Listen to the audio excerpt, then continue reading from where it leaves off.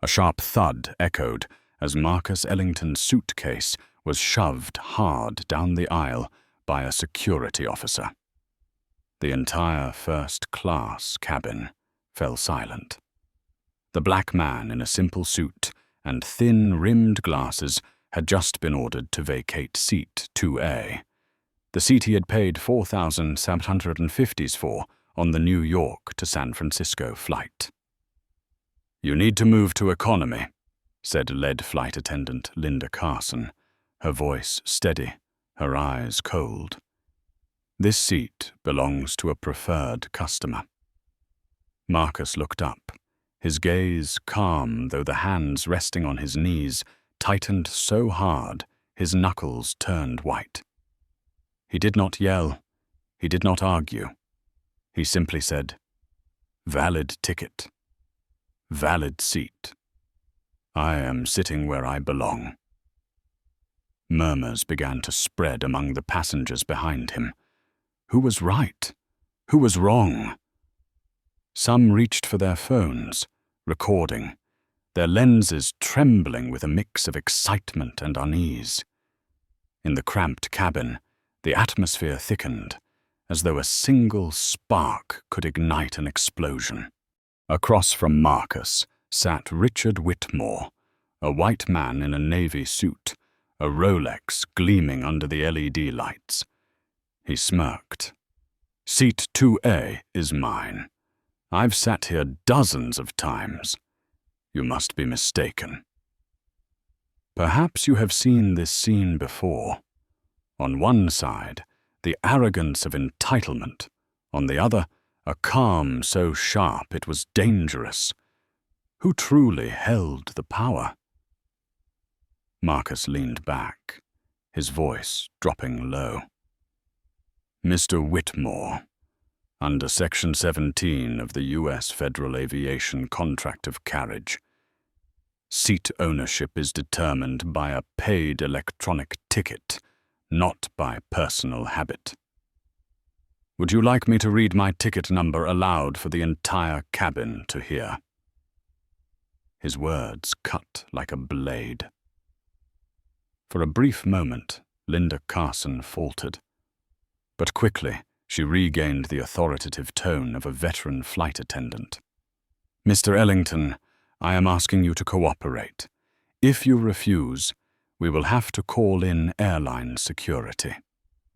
That phrase, "have to call in security," rang in passengers' ears like a familiar bell. How many times had they seen a black passenger dragged from their seat? And now, it was unfolding again, right before their eyes. Marcus breathed slowly. In his head, numbers flickered like a balance sheet. $500 million. The value of the deal he was flying to San Francisco to close. One misstep could ruin it all. But silence would mean surrender. He looked directly at Linda and gave a thin smile. "Ms. Carson, are you certain you want your name on this report? You are confronting a passenger with a confirmed, fully paid ticket, purchased with an Amex Black Card, and you are willing to violate Section 240, denied boarding compensation, of the U.S. Department of Transportation?" Linda bit her lip. Never before had a passenger thrown legal and economic terminology back at her like this. Usually the threat of calling security was enough, but this man was not flinching. Behind him, Richard laughed, trying to tilt the tension into mockery. "Come on, a guy in a $500 suit with a torn shoulder quoting law to me? I've been pampered by Atlantic Airways for years. He's just putting on a show." The laughter rippled. A few nodded along with Richard. Yet some eyes began to shift toward Marcus, uncertain. Suddenly, heavy footsteps echoed. 2 security officers appeared, their voices firm. "Mr. Ellington, please step away from your seat. If not, we will enforce aviation safety regulations." In that moment, Marcus felt his stomach knot. He could hear the pounding of his heartbeat. each thud strong and fast. Under the harsh cabin lights, his face was illuminated, his dark eyes reflecting a mute, unwavering resolve. He rose slowly, deliberately, without a hint of resistance. Outwardly, it looked like defeat.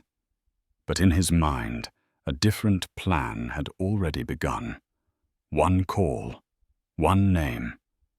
And when that name was spoken, the entire airline would tremble. Marcus glanced at Richard, his voice low and cutting, just loud enough for him alone. Be careful. The market does not forgive deception. The first-class cabin held its breath. Phones kept recording. Passengers waited for the conclusion. But they did not yet realize. The man being escorted from his seat was not the weak one. He was Marcus Ellington, CEO of Ellington Dynamics, a conglomerate worth $18.7 billion. And with a single dial, everything was about to turn upside down. Before he became a name that made Wall Street look up, Marcus Ellington was once just a boy with worn-out shoes and 3 borrowed books from the Detroit Public Library. He was born in 1976, in a neighborhood where streetlights were fewer than police visits. The 2-bedroom apartment where Marcus lived with his mother, Gloria Ellington, always carried the smell of rust from old pipes and the sound of rats scurrying across the ceiling at night. Gloria worked night shifts as a nurse, her eyes ringed with exhaustion, yet her voice always gentle. Each morning, she left a small note on the kitchen table. Marcus, study as if you are the last light in this home. Those trembling words, scribbled in haste during a break at work, became the compass of his entire life. Have you ever seen a child underestimated simply because of where he was born? Marcus knew that feeling better than anyone. In elementary school, when the teacher asked the children about their dreams, hands shot up. Doctor, police officer, athlete. When his turn came, Marcus said, I want to become the owner of a bank. The class burst into laughter. A black boy in a faded shirt, daring to dream of wealth and power. But in his eyes, there was not a trace of doubt. At 14, Marcus worked washing windows at a convenience store. The cold bit into his skin, his hands numb, but he always kept a math book tucked inside his coat pocket. As he wiped each frosted pane of glass, he whispered differential formulas to himself. Knowledge is the first share I have to buy, he told himself. A full scholarship carried Marcus to MIT. There, he learned not only engineering and economics, but also how to face the weight of skeptical eyes. On his first day in class, a white student blurted out, Maybe you're in the wrong room. Marcus smiled, sat down, and by the final exam, it was he who earned the highest grade. After graduation, he worked at a small investment fund. But within 3 years, Marcus realized, as long as someone else holds the keys, I will always be a guest. He walked away from a 6-figure salary, returned to his mother's apartment, and started a company with nothing but an old laptop and a first contract worth $25,000. That was the beginning of Ellington Dynamics. The company started with real estate data analytics, then expanded into AI technology for finance.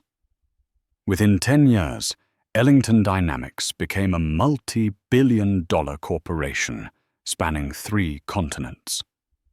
But success was not only measured in numbers. Marcus never forgot his mother's words. Power does not lie in ownership, but in changing the way others are treated. That is why he built an internal policy where 70% of employees were recruited from economically disadvantaged areas. To the media, Marcus Ellington was the black giant of Wall Street. But to himself, his past was etched like a scar. The times a store guard tailed him down the aisles, the times his credit card application was denied despite a perfect score, dismissed only because of perceived risk. Once, in the early days of his startup, Marcus was stopped in the lobby of a hotel. The guard barked, "The conference rooms on the 15th floor are for VIP guests only." Marcus held out his card, a cold smile on his lips. "Good, because I am the one paying for the entire 15th floor today." In that moment, he realized a bitter truth. People were not doubting his abilities. They were doubting his presence. And he swore to turn every humiliation into leverage for power. Now, at 47, Marcus was no longer the boy washing windows. He was the man in seat 2A with a $500 million deal waiting in San Francisco. But when Linda Carson and Richard Whitmore stood there, denying his rightful seat, every memory of Detroit, of MIT, of his mother's old apartment, surged back like a storm. They were not just blocking him from a chair. They were replaying a history he had fought so hard to escape. And this time, history would not repeat itself quietly. Dawn in New York bent its first rays of light across the towering glass buildings. The city had not yet shaken off the breath of night, but in the 60th floor penthouse of Marcus Ellington, everything moved with the precision of a well-tuned symphony. Marcus sat at a long walnut desk, his laptop open to a report titled Acquisition Deal, Valuation, $500,000. He read each line of figures, lips pressed lightly, occasionally tapping his finger against the polished surface. A slow, steady rhythm, a habit whenever he needed absolute focus.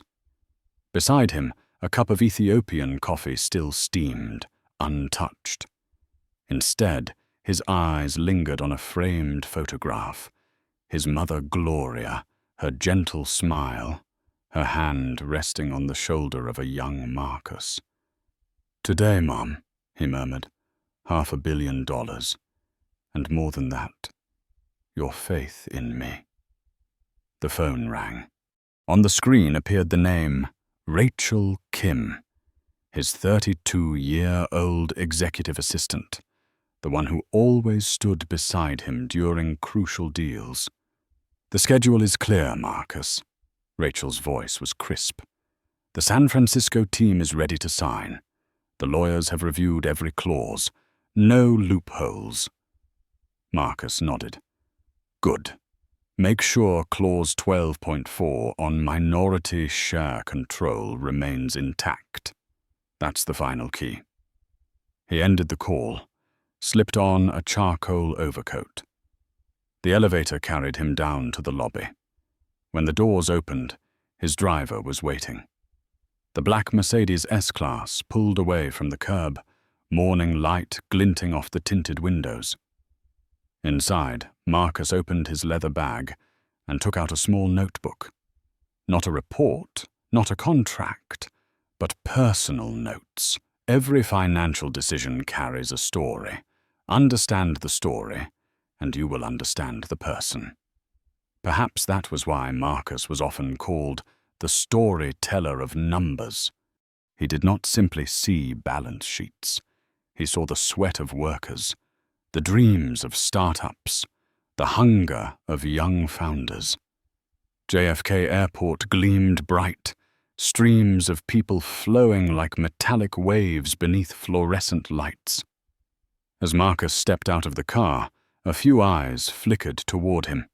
A man in an unbranded suit, modest leather shoes. Nothing flashy. They had no idea this man controlled a fortune worth over $18.7 billion. At the first class check in counter, the attendant bowed slightly. "Good morning, Mr. Ellington. Seat 2A is ready. Here is your boarding pass." Marcus accepted the ticket with a slight nod. Movements precise, never showy. Passing through security, he caught the lingering glance of a T officer. It wasn't the first time.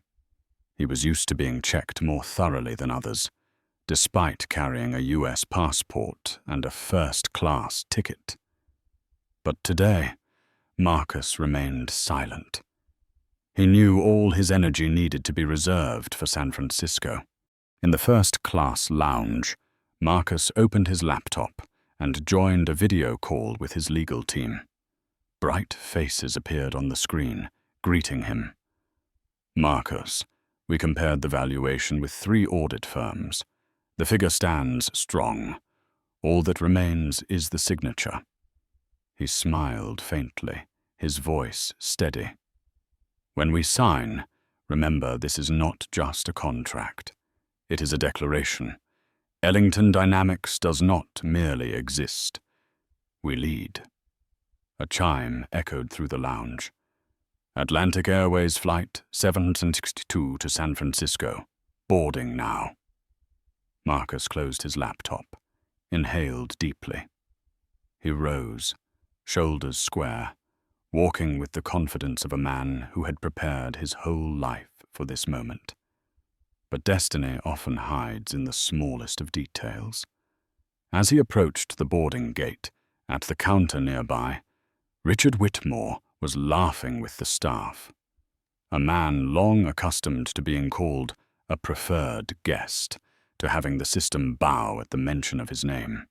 And in just a few minutes, he would ignite a chain of events that would shake Atlantic Airways to its core. Marcus did not know. Or perhaps, more truthfully, he was simply too familiar with being underestimated. What he could not foresee was that this time, the underestimation would be witnessed by the entire world, under the glow of millions of phone screens. The distinct sound of a boarding pass scanning rang out, a sharp beep as the green light turned on. Marcus Ellington stepped through the gate, his stride steady and calm. A few passengers were already settling into their seats, the warm golden light of the first-class cabin spilling down, casting a sheen of luxury over everything. Wine already poured, crisp white linens folded neatly, leather seats that seemed to mold perfectly around the body.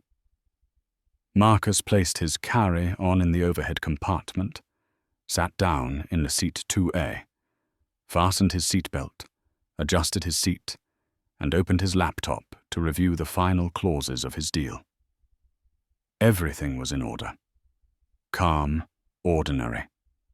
A moment that felt like any other flight.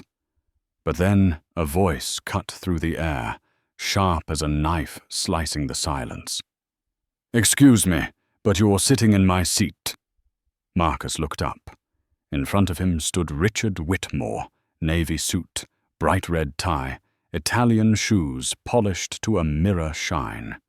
The 55-year-old man stood tall, clutching his boarding pass like a weapon. His eyes flicked over Marcus with arrogance, as though he could not fathom that an ordinary black man would dare occupy the seat he considered his own. Marcus remained composed, his voice low but firm. "This is my ticket. Seat 2A. You're free to check." Richard chuckled softly, a condescending laugh that rippled through the cabin. "I've flown this route dozens of times. This has always been my seat. Clearly there's been a mistake. You should step aside." A murmur spread through the cabin. Curious eyes turned their way. A young couple whispered, "God, is this another incident?" A businessman quietly raised his phone, recording. The air grew heavy, tense as a drawn bowstring. Marcus arched a brow, pulled the boarding pass from his pocket, and laid it on the tray table before Richard. The number was clear. Seat 2A. His words came slowly, each syllable hammered down like iron. There is no mistake. There is. The transport contract is binding. The ticket is paid for. Just as Richard prepared to retort, Linda Carson, the head flight attendant, approached. Her hair was neatly tied back, uniform sharp, voice professional, though her eyes betrayed something colder. "Is there a problem here, gentlemen?" Richard immediately raised his voice, the tone of a man used to being obeyed. "This man is sitting in my seat. I booked it." Linda turned to Marcus, her gaze assessing. "Sir, may I see your boarding pass?" Marcus handed it over. She glanced at it, her brows faintly tightening. Yet instead of affirming his right to the seat, she lowered her voice and said, "Mr. Ellington, we'd like to keep this flight running smoothly. Perhaps you might consider moving down to economy to avoid any disruption." In that instant, the vein at Marcus's temple pulsed violently. The hum of the engines blended with the tight-held breaths of the passengers around him. He drew in a slow breath, forcing his tone to remain measured. "Ms. Carson, my ticket is for first class. I will sit in the seat I paid for. You should enforce the regulations, not cater to someone's personal habits." The cabin fell into a heavy silence. Richard broke it with booming laughter, rich with the satisfaction of someone who believed he had already won. "See? He's just trying to act important. Look at that suit, probably bought from an outlet clearance rack. He doesn't belong here." A few chuckles followed, shallow and complicit. But there were other eyes, too, uneasy, ashamed, and quietly furious at what they were witnessing. An elderly woman whispered to her neighbor, "Why don't they look at the ticket instead of his skin?" Linda tried to maintain her professional tone. "Mr. Whitmore, allow me to verify the information." But Richard cut her off, voice edged with disdain.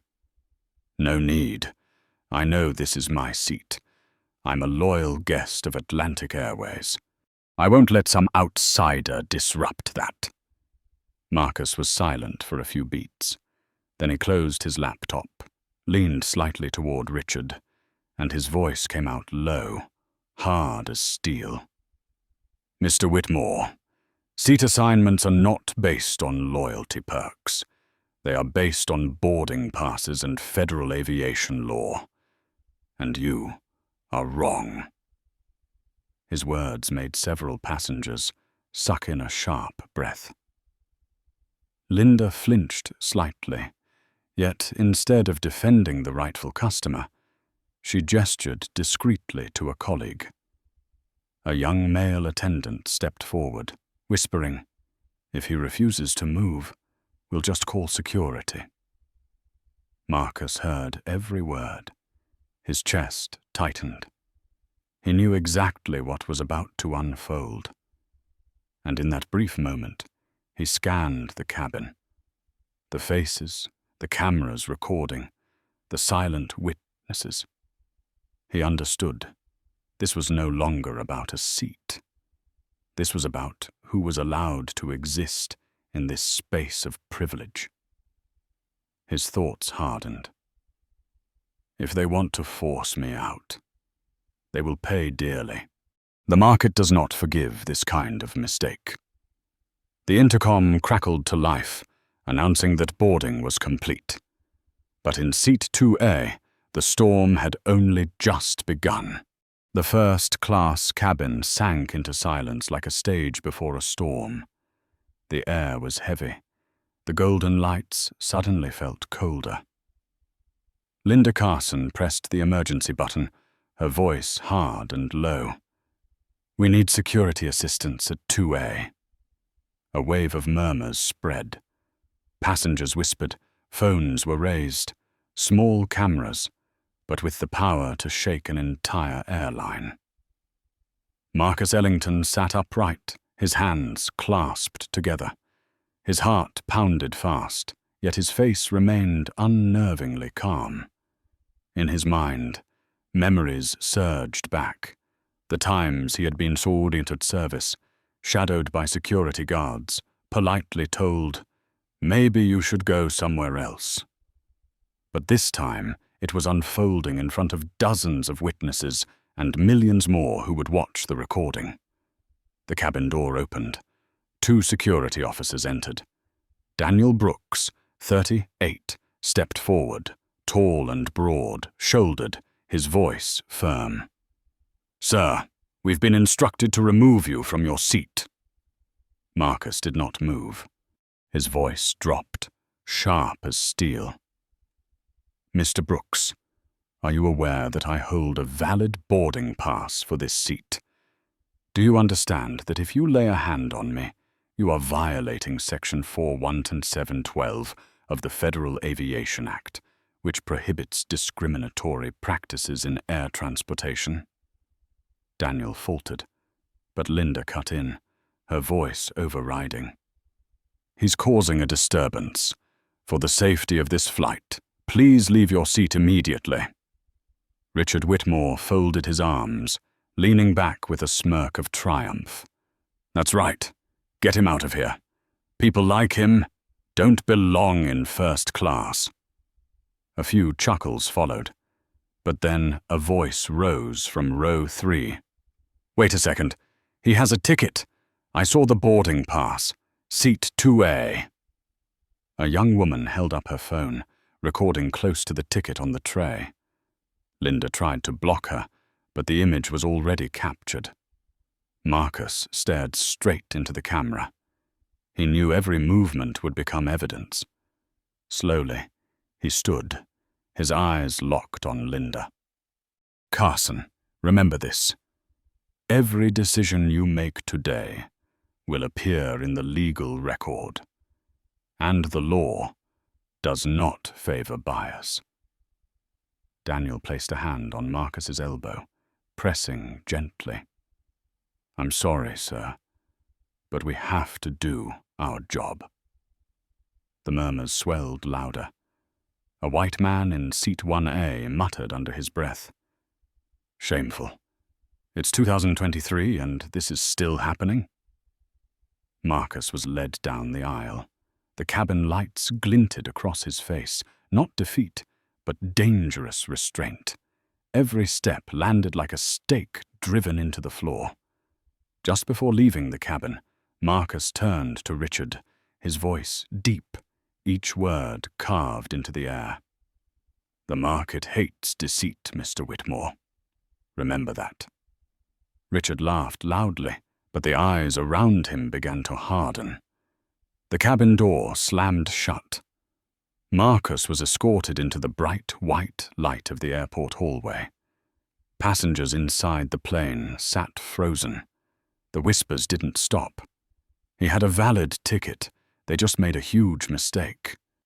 In the security room, Marcus was invited to sit. Daniel Brooks avoided his gaze, visibly uneasy. A mid-level manager rushed in, voice strained. "Mr. Ellington, please cooperate. We just want the flight to depart on time." Marcus crossed his arms, leaning back in his chair. His voice was no longer that of a removed passenger, but of a CEO accustomed to control. "You just said on time. But you forgot one thing: lawful. I am not the problem. Your biased system is the problem. And believe me, I know exactly how to handle systems." The manager swallowed hard. For a moment, he felt as though he was facing something far greater than an ordinary passenger. Marcus pulled out his phone and dialed. He spoke slowly, clearly, so that everyone could hear. Thomas Green, this is Marcus Ellington. We have an emergency. Atlantic Airways has just openly violated Section 41712 in front of dozens of witnesses. I want the entire board notified immediately, within 5 minutes. The room went still. The name Thomas Green, a major shareholder, one of the airline's most powerful figures, dropped like a bomb.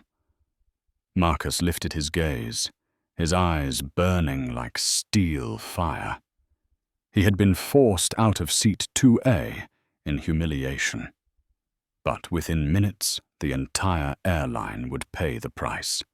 The airport security room fell into silence after Marcus mentioned the name Thomas Green. To the mid-level staff, it was not just a name, it was an alarm bell. Green, the major shareholder of Atlantic Airways, the man whose influence could make the entire executive board turn on its axis.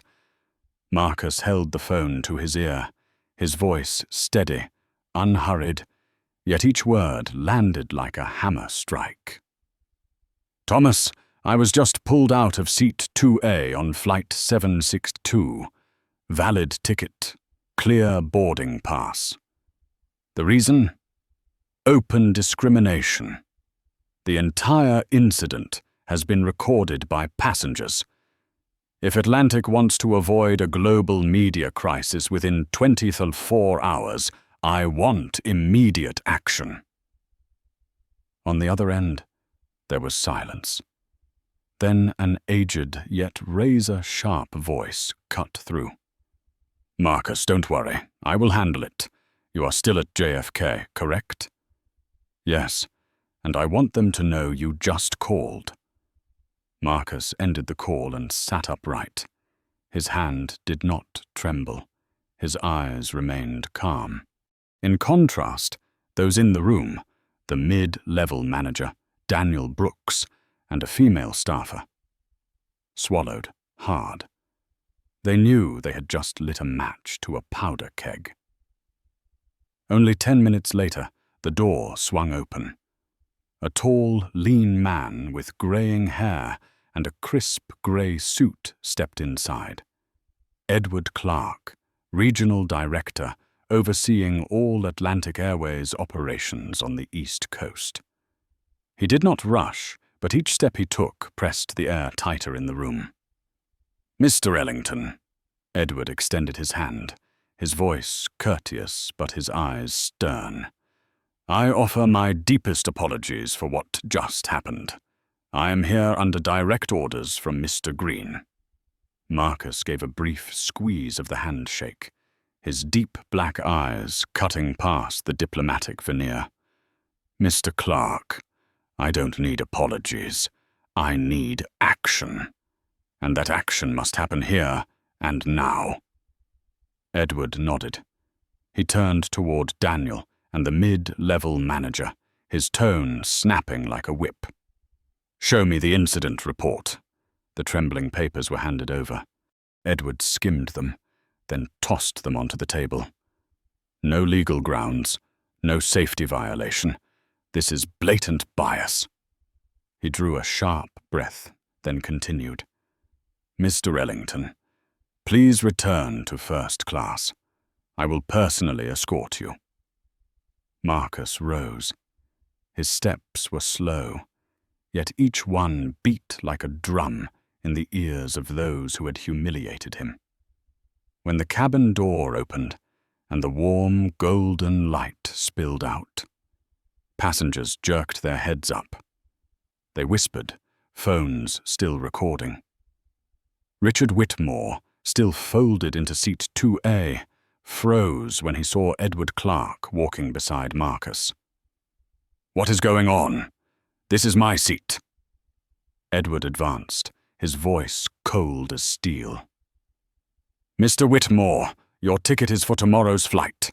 Mr. Ellington is the rightful passenger here, and you have just caused a serious incident for this airline.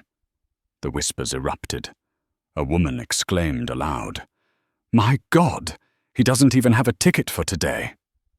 Richard's face drained, then flushed red as he tried to bluster. "That's impossible. I am a preferred client. Atlantic has always given me this seat." Marcus cut him off, his voice low and firm, carrying across the cabin.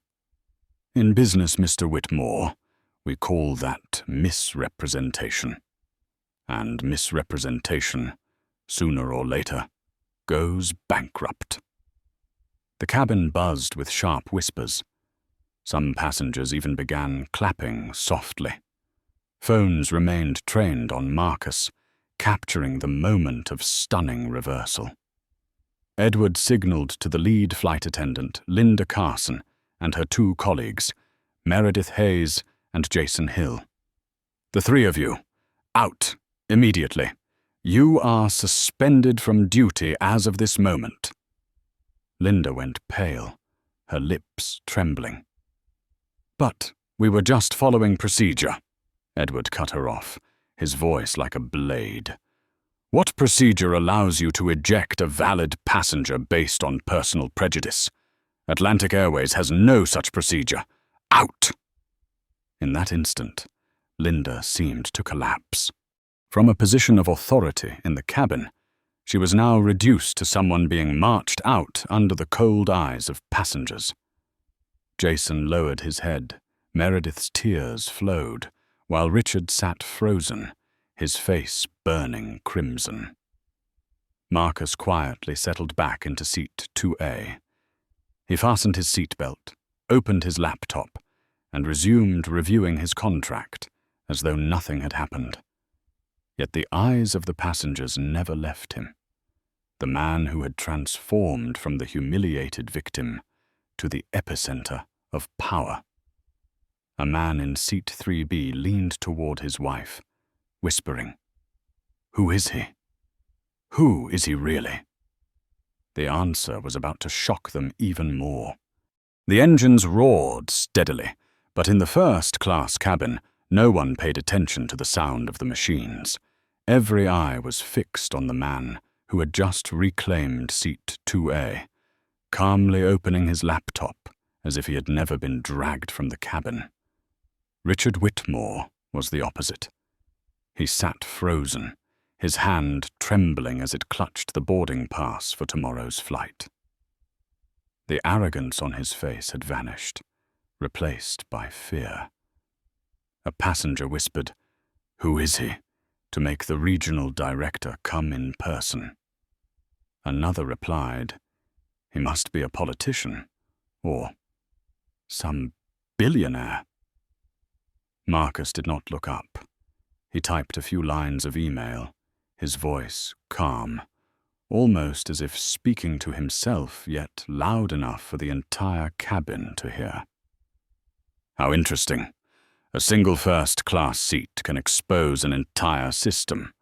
One passenger being cast out can become an ethical test for the entire airline industry." Edward Clark, standing nearby, regarded Marcus with caution. He knew this man carried immense power, though he had not yet grasped the full scope of it. Linda Carson, held at the cabin door, still tried to defend herself. "We didn't mean any harm. We just wanted to maintain order." Marcus looked up, his gaze cutting through Linda, cold but not loud. "Ms. Carson, order cannot be built on injustice.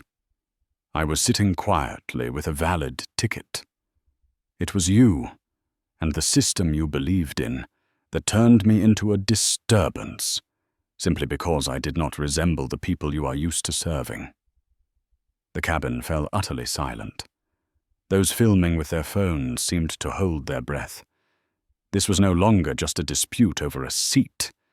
It was a public indictment. Marcus slowly closed his laptop. He stood, turned to face the entire cabin, his voice rising clear and commanding, like a speech delivered in a grand hall. "Allow me to introduce myself. I am Marcus Ellington, Chief Executive Officer of Ellington Dynamics, a technology and real estate investment conglomerate valued at over $18.7 billion. I paid for this seat, just like any other passenger here. But today, you have witnessed with your own eyes power, status, wealth. None of it matters when the system chooses to look at skin color instead of a boarding pass. Murmurs erupted. Some passengers gasped, a few clapped quietly, others brought their phones closer, recording every word. Richard Whitmore's face went pale, his voice stammered. You're the CEO of Ellington Dynamics? Marcus tilted his head, a faint smile curling. Yes, and you just tried to eject the CEO of a multinational corporation from a seat you did not even purchase for today. The entire cabin burst into laughter, but it was bitter laughter aimed squarely at Richard.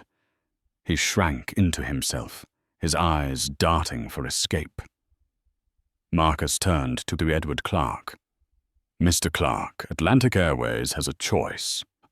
Either you bury this incident, only to have the media unearth it at the cost of billions, or you turn it into a turning point. Admit the mistake. Reform immediately. You decide. Edward drew a deep breath. He could feel the pressure, not just from Marcus, but from the dozens of cameras live streaming at that very moment. He nodded. Mr. Ellington, I give you my word. The entire crew involved will be dismissed, and Atlantic Airways will begin anti-bias training immediately. I will report directly to the board of directors today. Applause broke out. At first scattered, then swelling, filling the first-class cabin. Eyes turned toward Marcus, not just in respect, but in relief. They had just witnessed justice take shape in the sky. Marcus sat back down, pulled his laptop toward him. He spoke softly, yet clearly enough for those nearby to hear. Justice is not a slogan. It is action, even in an airplane seat. Linda Carson lowered her head, stepping out of the cabin in silence. Richard quietly gathered his things, retreating under the contemptuous stares of fellow passengers. Marcus reopened the $500 million deal file. He knew that in just a few hours he would sign a historic contract. But deeper than that, what he had just signed here, before dozens of witnesses and millions who would watch the video, was something greater, a declaration of fairness. Under the cabin's light, his eyes glowed, not only with personal pride, but with the strength of an entire generation. We will not remain silent. Flight 762 finally took off, but in the first-class cabin, the atmosphere had not yet returned to normal. There were still furtive glances, phones hidden behind seatbacks, and scattered whispers drifting through the air. Marcus Ellington opened his laptop and continued reviewing the terms of his contract, as if the storm a moment ago had nothing to do with him. But he knew well, the real storm had only just begun. Before the plane's wheels even touched down in San Francisco, a 2-minute 47-second video appeared on Twitter. It was posted by a young passenger seated in row 3. The caption was brief. Black CEO dragged from first-class seat because a white regular wanted it. Watch what happened next. Within an hour, the video passed 2 million views. Hashtags surged across the platform. #Who owns Seat 2A? #Justice at 30,000 feet. #Ellington v. Atlantic. Facebook, TikTok, and Instagram exploded. One comment read, I went through the exact same thing, but no one believed me. Thank you, Marcus Ellington, for refusing to stay silent. On the other side, skeptics sneered. He probably used this to PR his company. Rich people are always performing. But the tide of support was overwhelming. People shared the clip with outrage, empathy, or simple shock at seeing the CEO of a multi-billion-dollar conglomerate treated like someone unworthy of seat 2A. The next morning, major newspapers ran the story. The New York Times led with the headline, "Atlantic Airways Incident, When Skin Color Outweighs a Boarding Pass." Forbes published an analysis, Marcus Ellington, From Victim of Discrimination to New Symbol of Corporate Justice. CNN opened its live broadcast by replaying the video. The anchor concluded, "The question is no longer who was right or wrong on that flight, but how much longer before corporations finally end deeply rooted bias." Atlantic Airways stock plummeted, falling 12% in a single trading session. Billions in market value vanished. The board of directors convened an emergency overnight meeting. In Detroit, inside the old apartment where Gloria Ellington still lived, the worn television played the news. She quietly wiped her tears as she watched her son on the screen. The boy once mocked for dreaming of owning a bank now stood before the world, turning personal humiliation into a wake-up call for society. At universities, law and economics students shared the clip as a living case study. This isn't just law in textbooks, this is law in real life. Meanwhile, at the offices of Ellington Dynamics, employees crowded around a large screen, both proud and tense. One assistant exclaimed, "He's not just defending his rights, he's starting a battle to change an entire industry." Yet not everyone approved. Some conservative groups openly criticized Marcus. If he really wanted equality, why flaunt being a billionaire CEO? An anonymous post on a far-right blog spread quickly. "This is just a PR stunt for more power." Marcus read it all. He did not grow angry. He understood. Every revolution has its opponents. What mattered was that the majority had seen the truth. That afternoon, Marcus's phone buzzed. Edward Clark's voice came urgently through the line. "Mr. Ellington, the Atlantic Board wants to meet you. They are prepared to invite you to serve as an advisor on diversity and equity policy. They are even proposing an honorary chairman seat on the board." Marcus closed his eyes and drew a deep breath. He remembered the moment he was dragged from seat 2A, the sting of humiliation, the curious stares, the sneer of Richard. All of it had now transformed into fuel for something larger, the chance to change from within. He answered slowly, "Edward, I don't need honor. I need commitment. If Atlantic Airways truly wants to survive, you must prove that fairness is not just a slogan in a brochure, but a matter of survival policy." The media continued to swarm. Hour by hour, minute by minute, the video spread further. Other airlines began issuing internal memos, instructing staff to strictly avoid any biased treatment of passengers. Market analysts dubbed it the Seat 2A effect. One commentator wrote, "Just one seat, but it forced the entire airline industry to re-examine itself." In his San Francisco hotel room, Marcus sat alone.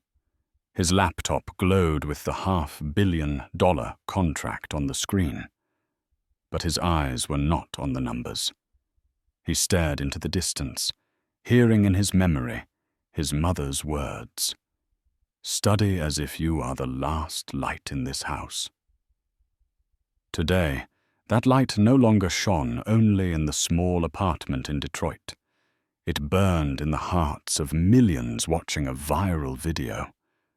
Marcus whispered softly, "Fairness at last has found its seat." 3 days after the incident on Flight 762, the headquarters of Atlantic Airways in Manhattan descended into chaos. The revolving glass doors spun non-stop with reporters, cameras, and protesters holding signs high. Fairness is not a privilege. Everyone deserves their own seat 2A. Inside the boardroom on the 40th floor, the board of directors sat in a circle. The air was thick with the smell of coffee and anxiety.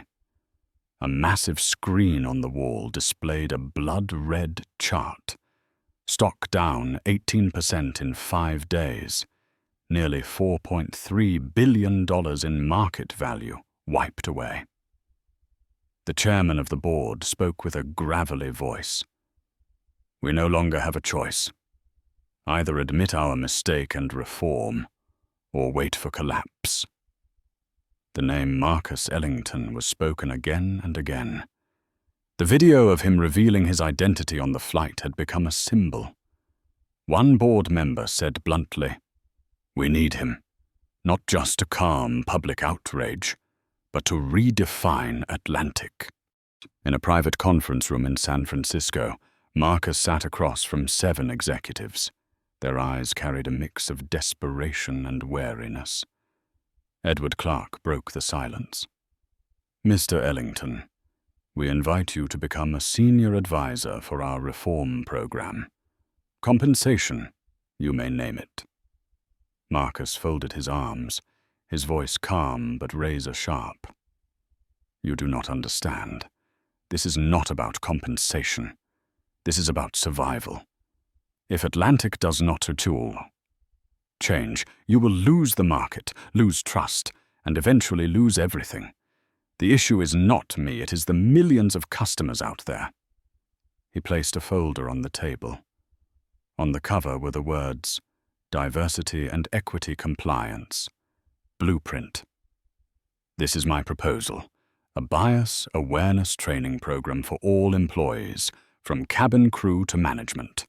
An internal monitoring system to ensure every decision is based on data, not prejudice, and an independent committee of civil rights experts to oversee it. If you are truly serious, I will lead this project." The room fell silent. One executive sighed, then nodded. "We agree." The following month, Atlantic Airways announced a program called Seat for All. The media erupted. In the promotional clip, Marcus Ellington appeared, his deep voice resonating. "It does not matter who you are, where you come from, or what you look like. A purchased ticket is an undeniable right, and we will guarantee that." Hundreds of employees lined up for the first training session. Linda Carson, the chief flight attendant who once opposed Marcus, appeared unexpectedly. She no longer wore her Atlantic uniform, but sat as a regular participant. When asked why, she replied simply, "Because I was wrong, and I want to start over." Within just 6 months, an independent report showed 95% of Atlantic Airways passengers felt the service was fairer than before. Rival airlines were forced to follow, launching similar programs to avoid being labeled outdated. An analyst on Bloomberg called it the Ellington effect. In the past, airlines measured success by quarterly profits. Now, they are forced to measure it by passenger trust. In his San Francisco office, Marcus gazed out the window as the sunset washed over the city. His assistant Rachel Kim entered with a new report. "Marcus, the $500 million deal has closed. But everyone is only talking about Atlantic Airways. You have become a social symbol." Marcus smiled faintly. He had not sought such a title. But he knew sometimes history does not let you choose. It puts you at the center of the storm and forces you to stand firm. He recalled the moment he was dragged from seat 2A. Humiliation. Insult. But that very moment had triggered a shift that changed an entire industry. Universities began teaching the Seat 2A case in business ethics classes. Law students analyzed Section 41712 as a prime case study. On social media, the hashtag #SeatForAll turned into a movement demanding fairness, not just in airlines, but in banking, hotels, and public services. A journalist wrote, "When a CEO was treated like a second-class passenger, he turned humiliation into an opportunity to reshape societal standards. That is the Ellington legacy." Marcus closed the report and looked out at the crimson sky. He whispered to himself, "Fairness does not come from a single moment. It comes from the systems we leave behind." A year had passed since the fateful Flight 762.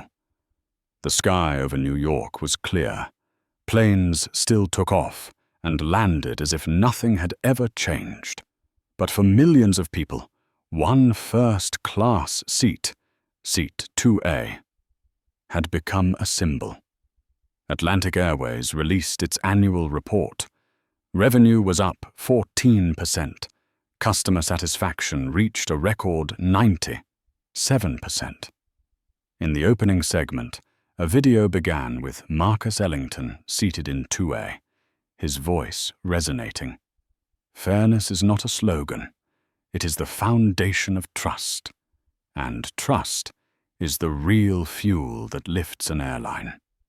The Atlantic Board of Directors publicly admitted, "We were wrong, but from that mistake we learned how to make things right." Passengers no longer feared being treated differently. A young businesswoman wrote on Twitter, "First time flying Atlantic since the incident. They called me by my name, respected me like anyone else. That feeling, it is not about the class of the ticket. It is about being seen as a human being." At universities, professors incorporated the Seat 2A case into lessons on business and ethics. Students called it the Ellington Case Study. Journalists named it the 2A Revolution. A blogger wrote, "A man was dragged from the seat he rightfully owned, and with truth and intellect alone, he changed an entire industry. That is not just justice, that is legacy." On social media, the hashtag #SeatForAll no longer referred only to airlines. It spread to banks, hotels, even hospitals. People began using it to demand fairness in every service. In his penthouse in San Francisco, Marcus Ellington sat by the glass window overlooking the bay. The sunset stretched across the water, reflecting on his contemplative face. Rachel Kim, now deputy CEO of Ellington Dynamics, entered, placing a report on the table. "Marcus, Atlantic just announced growth. They send their thanks to you. And did you know? Someone has written a book about the Ellington legacy." Marcus gave a faint smile. "Legacy is not in books. It is in how people are treated every day. If today an ordinary passenger can sit undisturbed in the seat they paid for, then that is the legacy." He stood, reaching for his coat. Rachel asked, "Where are you going?" Marcus replied, his voice quiet but firm. "To Detroit. I need to visit my mother." The old apartment was still there. Gloria, her hair now completely white, opened the door and embraced her son. In the familiar kitchen, she looked at Marcus with eyes filled with both pride and worry. You have gone so far, Marcus. But are you happy? Marcus sat down, taking her hand. Mother, I do not seek happiness in money or fame. I find it in moments of fairness. When a poor child receives a scholarship, when a passenger is called by their name, when a black man is not forced out of the seat he rightfully paid for. That is my happiness. Gloria's eyes welled with tears as she gently nodded.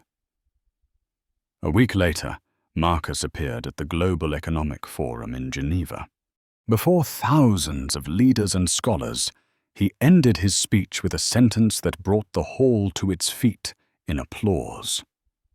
True power does not lie in the shares you own or the seat you hold on a board. It lies in ensuring that anyone with a purchased ticket has the right to remain in their seat. If we cannot achieve that, then we do not deserve to call ourselves leaders. 1 year after the incident, Marcus was no longer just a CEO. He was a symbol of turning humiliation into strength, of transforming a single seat into a global movement. And when an Atlantic Airways plane took off, passengers seated in 2A often whispered a single phrase: "This is not just a seat. This is a legacy." Marcus Ellington, once a boy washing windows in Detroit, had left behind something greater than skyscrapers or billion-dollar figures. He had left behind the belief that fairness can become the standard. In the world of business and service, people often speak of market share, profits, or power seats in the boardroom. But the story of Marcus Ellington has shown us this: true power does not lie in the highest chair of a corporation, but in ensuring that anyone can remain seated in the place they have paid for. Seat 2A is not just a seat on a plane. It became a symbol, a moral test for the entire airline industry and beyond, for society as a whole. When a single seat can ignite a global conversation about fairness, that is when we realize change does not always begin with grand resolutions, but with the courage to say no to injustice. Marcus Ellington turned personal humiliation into the catalyst for systemic reform. And the legacy he left behind is not measured in billions, but in the belief that fairness can become the standard if we have the resolve to pursue it to the end. If you believe that everyone deserves their own seat 2A, press like to spread this message. Do not forget to subscribe for more dramatic and inspiring stories. And leave a comment with just 2 words: seat fair, to affirm that you too stand on the side of fairness. Because in the end, the world is not measured by the seats reserved for the privileged, but by how we protect the seat for everyone.